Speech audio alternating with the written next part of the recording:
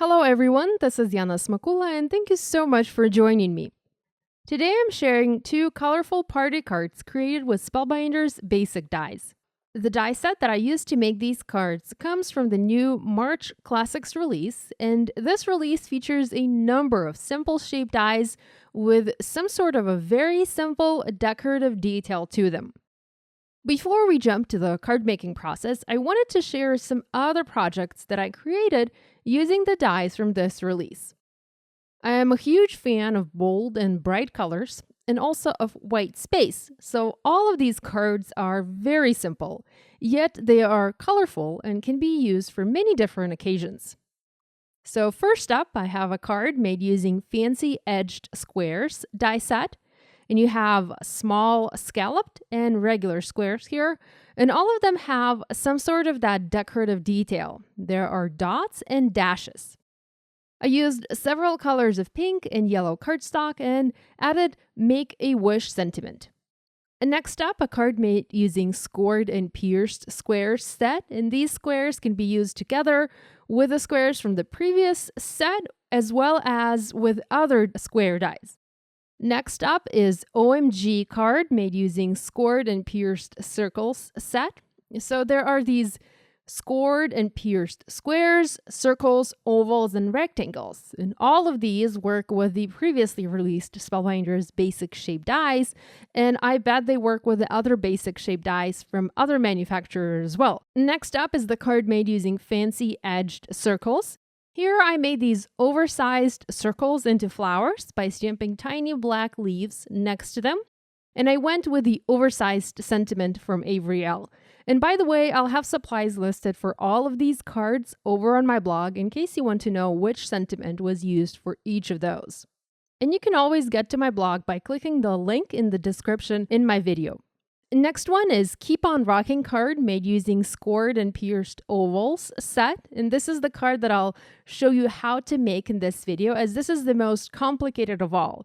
It's very simple really, but there is a trick to cutting these ovals to make sure they all align nicely.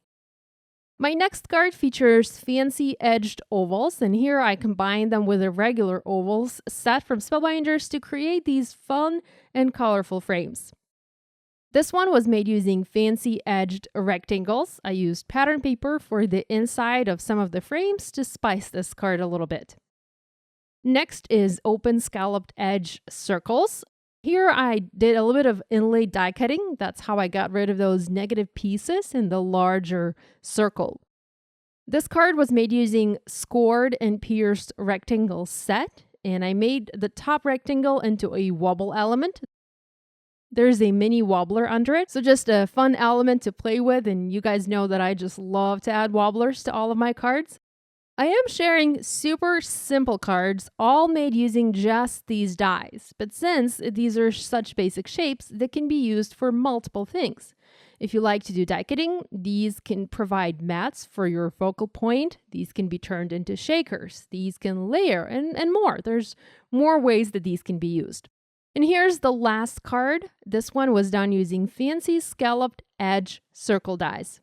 Now let's go ahead and make some cards. I'm going to use the scored and pierced oval set, and this one is the one that I happen to like the most. And I'm going to go with a hot pink and yellow color combo. Here I have a few colors of cardstock from my stash. These are papers by Simon Says Stamp, and the colors are doll pink, orange peel, sunshine, banana, and cotton candy. I'm going to use my largest oval die and will die cut the elements out. My Spellbinders Platinum die cutting machine sits off to the side, so it doesn't always appear in my videos, but that's the machine that I usually use.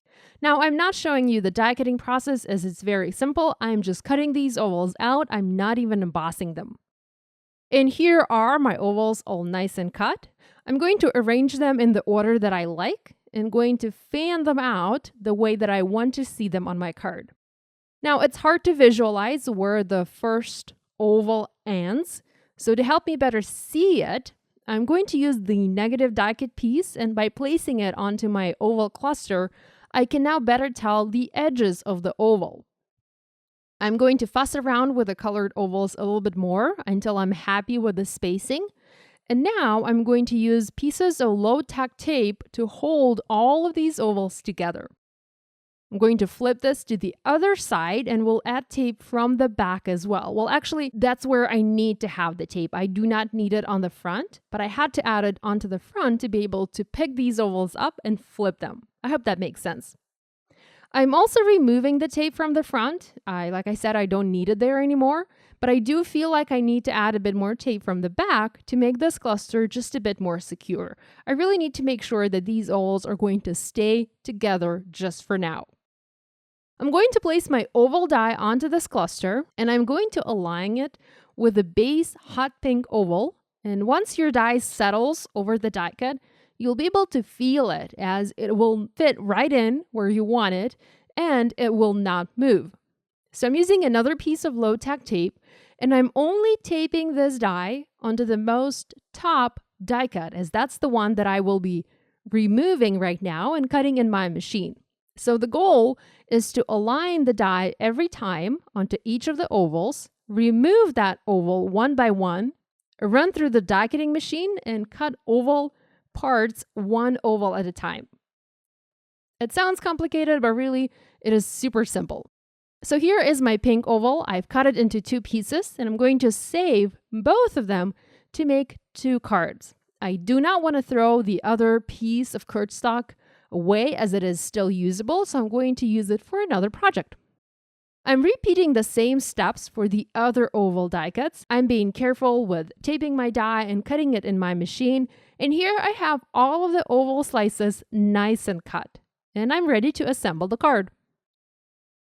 I want to stamp a sentiment onto my oval, but since my oval consists of several pieces, I'll need to stamp it onto each of those pieces to make sure that when pieced together, all of these oval pieces form one nice legible message. If you assemble your colored cardstock oval and then stamp sentiment, you will ruin your piece as you will have different numbers of cardstock layers and you'll end up overstamping the sentiment in one part and understamping it in another part, even if you use a stamp positioner. So it's much better to stamp the sentiment onto each layer individually. I am going to use my mini MISTI and also one of the negative die cut panels. This panel will help me to hold my ovals in place. So I've assembled my oval using temporary adhesive. You do not need to do this. It's totally optional. And now I'm just going to figure out where I want this sentiment stamped. I'm using a fun outline word party from the Cathy Zielske Birthday Palooza stamp set, and my goal is to stamp it in black ink. I've aligned it the way I want, and now I'm going to remove the 3 top oval pieces to stamp the sentiment just onto the top one. Once that is done, I'm going to adhere my orange piece in place, and we'll remove the other 2 pieces, and we'll repeat the stamping. I usually do not like using glue, and much prefer using double-sided tape to adhere paper to paper, but like I mentioned before, I am moving and I've already packed most of my supplies, so my tape runner was packed away and all I had on my desk was this Tonic Deluxe adhesive. Now, this is the glue that I love to use for my little embellishments, such as clear droplets, sequins, and jewels. It's a really nice glue, and I'm just not a glue kind of person when it comes to adhering paper to paper. For paper to paper, I love to use tape. When I use glue, for some reason, I just end up adding too much of it, my paper warps, and I'm just never happy with the results. So this is why I prefer to use tape. So I kept on stamping and adding my oval parts until I had one finished oval and one finished party word stamped on there. I wanted to use something very clean and very simple, and this party with the overlapping outline letters fit the bill perfectly. I did the exact same thing with the leftover oval pieces. I stamped party onto each layer and I adhered the layers together. Now I did die cut one more oval out of pink cardstock, that doll pink, as I needed that to complete that oval. Next, I white heat embossed Like You Mean It sentiment onto black cardstock and cut it into skinny strips to go along with the word party. So the entire sentiment now reads Party Like You Mean It. I also needed to trim my ovals and I used my tonic paper trimmer. Since these are ovals and they do not have a straight line to them, obviously, to align the oval in the trimmer, I had to be a little bit more creative. So I used a piece of cardstock and I aligned that with a stamped party to make sure that I was trimming oval the way I wanted and so that the cut line would be perpendicular to the stamped sentiment. I adhered my oval onto white cardstock base covered with white wood grain paper from Hero Arts. I just love using this paper for super simple and clean projects as it adds a nice amount of detail to my cards. I also used black foam adhesive tape and foam mounted like you mean it right under the stamped party.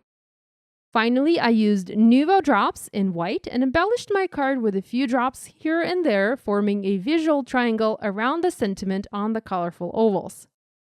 This video is a part of a blog hub by Spellbinders. Be sure to visit my blog to join the hub. There's also a giveaway, and you can enter to win a store credit to the Spellbinders store. Thank you so much for watching. If you have any questions, as always, guys, please leave them in the comments section below, and be sure to subscribe to my YouTube channel if you haven't yet done so. Thanks for watching. I'll see you next time. Bye!